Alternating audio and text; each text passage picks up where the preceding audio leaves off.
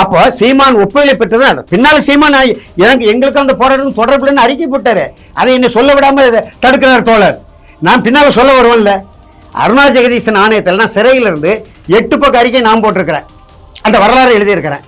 நாங்கள் தான் தொடங்கி சொன்னோம். ஆனால் செந்தமிழன் சீமான் அருணா ஜெகதீசன் ஆணையத்துக்கு நாம் தமிழர் கட்சிக்கும் ஸ்டெர்லைட் போராட்டத்துக்கும் தொடர்பு இல்லைன்னு அறிக்கையை போட்டாரு. இந்த உண்மையை சொல்ல விடாம நீங்க குறுக்க மாதிரி இன்றைக்கு இன்னும் சொல்ல வேண்டுமான வருத்தமான செய்தி, என் தம்பி சீமான் தேசியத்தோட பிரபாகரனை பேச போய் பிரபாகரனுக்கு எதிரான ஒரு இயக்கங்க தொடங்குறது மாதிரி இப்ப பிரபாகரனை யாருமே விமர்சனம் பண்ண மாட்டாங்க. கருத்து வேறுபாடு இருக்கும். பிரபாகரனுடைய ஆயுத போராட்டத்தை மறுப்பவர்கள் இருக்கிறாங்க. ஆனா யாரும் எதிர்த்து விமர்சனம் செய்ய மாட்டாங்க.